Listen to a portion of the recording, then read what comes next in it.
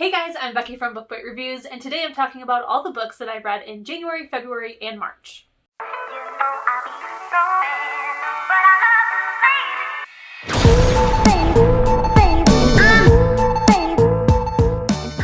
So I have decided to do... I feel like I keep changing up how I'm doing TBRs and wrap-ups, but I have decided that I'm not going to do TBRs unless it's for like a readathon or a special reason. Otherwise, I do have my monthly bullet journal videos where I do show what my TBR is, and then for wrap-ups, I've decided to do them every 3 months as one big video. Now, they will still be working the same way where I start with the lowest rating and move to the highest. I have done a grouped wrap-up before where I forgot to do a wrap-up one time and combined 2 months, and I separated the 2 months, but for these, I think I'm just going to do them all together.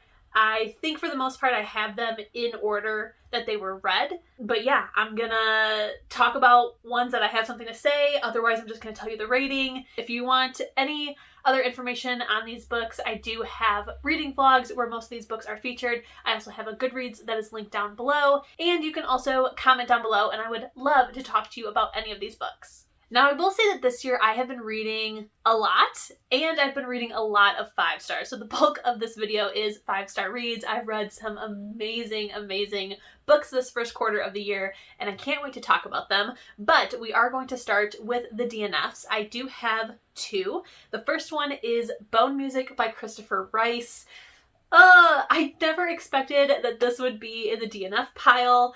I was really, really excited to read this book, but unfortunately, what I thought the book was about and what it actually ended up being about were not the same. So I thought that this was more of like an FBI turns her into a serial killer hunter, and it turns out it's more of like a private corporation secretly drugs her and gives her these powers.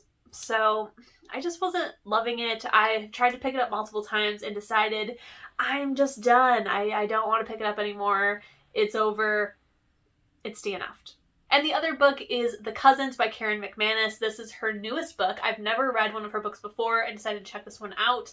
I don't know if this is a hardcore DNF, but I do know that I'm not going to pick it up anytime soon. And I also know that this has not affected my likelihood of picking up another book by hers. I was just feeling very bored while listening to the audiobook. It was interesting, but not enough where I wanted to keep listening, so I DNF'd it. I think I just wasn't in the mood for it, so this hasn't stained my opinion of this author or anything, but yeah.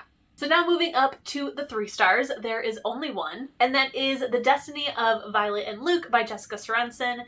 This, I think, is like book 3 or 4 in this series. Like the first 2 or 3 follow a different couple, and now we're following we're following Violet and Luke. I don't know. I think I've decided that I don't want to continue on with this series. It's a very dark series that deals with people who are dealing with like very traumatic experiences in their lives, and like kind of how they get over that by finding somebody who understands.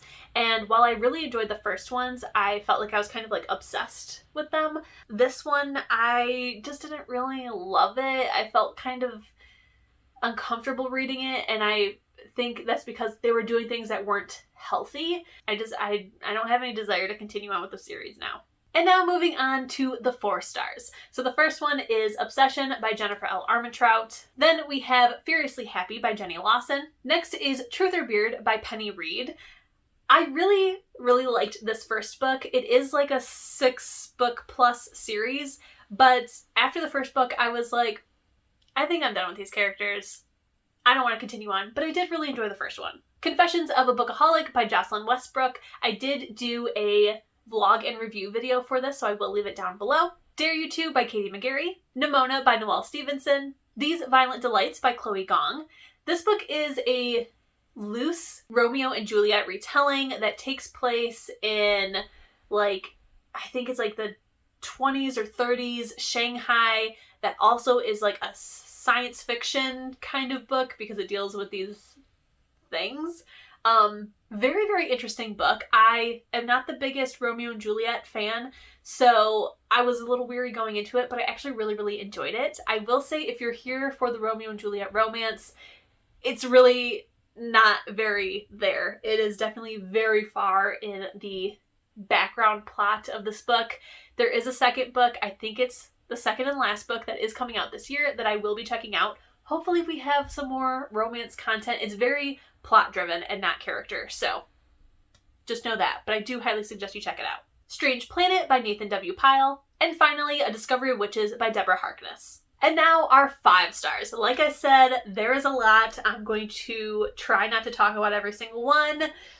Let's go. So the first one is 5 Ways to Fall by K.A. Tucker. This is the last book in the 10 Tiny Breaths series, which is so bittersweet, but I honestly cannot wait to now be able to read the rest of K.A. Tucker's books because I love, love, love her as an author, so I'm excited. Fall With Me by Jennifer L. Armentrout. From Blood and Ash by Jennifer L. Armentrout, which I will go ahead and tell you that I was a bit weary of the ending of this book. It was 5 stars until the ending. I felt very uncomfortable, very weird about the whole snow situation. But I have since now read book 2 and 3, and I am utterly obsessed with this series. Utterly obsessed with it. This is the best thing ever, and I can't wait for all the future books. Kingdom of the Wicked by Carrie Maniscalco. Cemetery Boys by Aiden Thomas.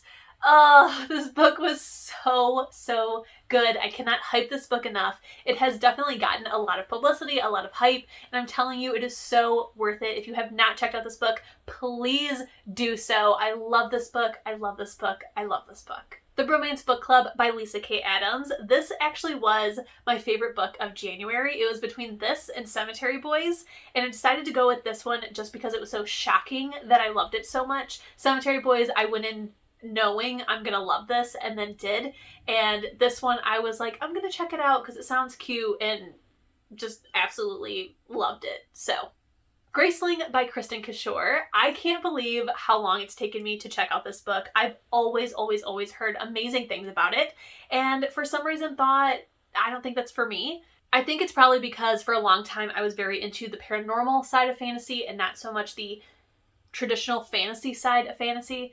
So I never had any interest in reading this, and then this year the newest book was coming out. There was a lot of hype for it. I picked it for book club, and man, do I not regret doing that because I love this book so much. I can't wait to hopefully buy the rest of the books on my Kindle so that I can keep all my highlights and things, and I just can't wait to continue on with the series. It's so ridiculously good, and for how long ago it came out, it really is not dated, so that's amazing. Get a Life, Chloe Brown by Talia Hibbert. Pushing the Limits by Katie McGarry. Forever With You by Jennifer L. Armentrout. Check Please books 1 and 2 by Ngozi Ukazu. This was my favorite book of February. Wait, March. Yes, this is my favorite book of March. There's so many books on this list that I'm doing this face for, but I had an interest in reading this book, but like not any kind of like immediate interest in checking out this graphic novel. I heard it was good. I was like, one day, maybe. But it really wasn't anything that I like felt like I must read. And then my best friend, Sarah, she picked it up and loved it and just begged me and all my friends to read it. So I did, and I can't get over how amazing this graphic novel is. It's definitely my all-time favorite graphic novel now. I have plans to hopefully buy it and own it and display it on my shelves. It's so good. It's so sweet and cute and funny, and I laughed and I cried, and it's absolutely amazing. Fire in You by Jennifer L. Armentrout. This is the last book in the Be With You, Wait For You, Wait For Me, Be With Me. I can never remember what the series is called, but it's the last book in that series. I am super sad that this series is over. It's one of my all-time favorite series by Jennifer in her adult realm, until now that I've read From Blood and Ash, because now that's way better than this series, but I absolutely love this series. I will say that this last book is definitely my least favorite in the series. The characters it follows are very far removed from the other characters. The rest of them have like pretty close connections, and this one is kind of strange that they got their own book, but I understand. I felt like it wasn't as great as the other ones. It didn't have that like dark and turmoilness of the other ones. It was still dark. It still had some things that the other ones did, but it was like wrapped up way too cleanly and way too quickly, and yeah, still loved it, still got 5 stars, but definitely not the best in the series, and it sucks for where it ends. The Proposal by Jennifer L. Armentrout. The Firekeeper's Daughter by Angeline Boulley. This book was so crazy good. I have been eagerly anticipating this book's release for about 2 years, and it definitely lived up to the hype. I do own it. I listened to the audiobook, which was absolutely fantastic. It was so great. I was a little worried just with the subject matter, how it was going to handle it with it being a YA, but I think it handled it absolutely fantastic. The cultural information that you get from it is outstanding, and yeah, I'm definitely going to read anything else she comes out with. Things by Sarah Anderson. Monday's Not Coming by Tiffany D. Jackson. This book has definitely solidified that Tiffany D. Jackson is an auto-buy, auto-read author. I love this book. It was crazy good.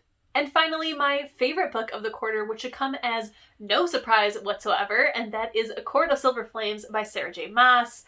This book was outstanding. It's so dirty. It's definitely adult. It has definitely taken the series from YA, new adult mixture to full adult. Like, when I went to go pick up the book, Books A Million was in the process of moving all of the books in the series to adult, just so that people didn't get confused and think that it's a very teen book, because it isn't. There's something dirty on basically every page, and I'm so here for it. So guys, those are all the books that I read in the first 3 months of 2021. Like I said, definitely a lot of 5 stars, a lot of new favorites. I think this year it's going to be extremely hard to figure out my top 10, because I already have a top 10 within the first 3 months. So it's going to be very interesting to see what I read for the rest of the year. Hopefully it's just like still nothing but amazing books. I hope it doesn't go down from here. April, I will give you a little heads up, has been a little rough. I did take like a 2-week reading hiatus for no good reason. I didn't feel slumpy. I just didn't read. I caught up on TV shows instead. And I still have read really fantastic books when I have finally decided to pick up books again. Again, if you have read any of the books that I've talked about, I would love to continue the conversation down below in the comments, so definitely leave one down below if you want to talk about one of these books. Don't forget, if you enjoyed this video, to please give it a thumbs up. Keep reading, stay safe, and I'll see you in my next one. Bye guys! People say be madly in love.